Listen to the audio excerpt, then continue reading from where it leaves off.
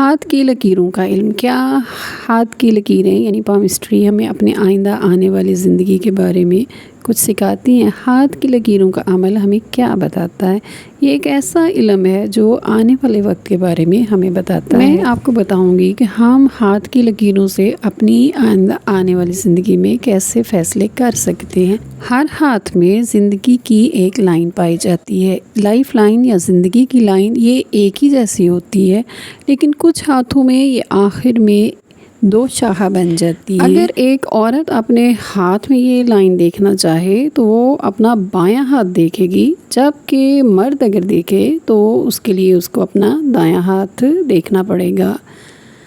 اگر ہاتھ کی لائن دو شاخہ لائن اندر کی طرف بڑھ رہی ہو تو ایسے لوگ اپنا شہر، ملک یا سٹی چھوڑ کے دوسری جگہ جاتے ہیں تو وہ کچھ عرصے کے لیے جائیں گے، لیکن اس کے بعد پھر وہ جلد واپس آ جائیں گے۔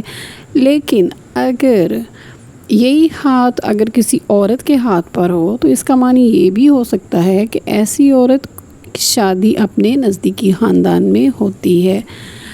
اسی طرح اگر دو شاخہ باہر کی طرف جا رہا ہو تو اس کا مطلب ہے کہ ایسے لوگ کافی عرصے کے لیے ملک سے یا اپنے شہر سے یا گھر سے دور رہیں گے، لیکن بالآخر وہ اپنے گھر واپس ضرور آ جائیں گے۔ ایسے ہاتھ والی عورتوں کی شادی بھی عام طور پر دور دراز شہروں یا ملک میں ہوتی ہے۔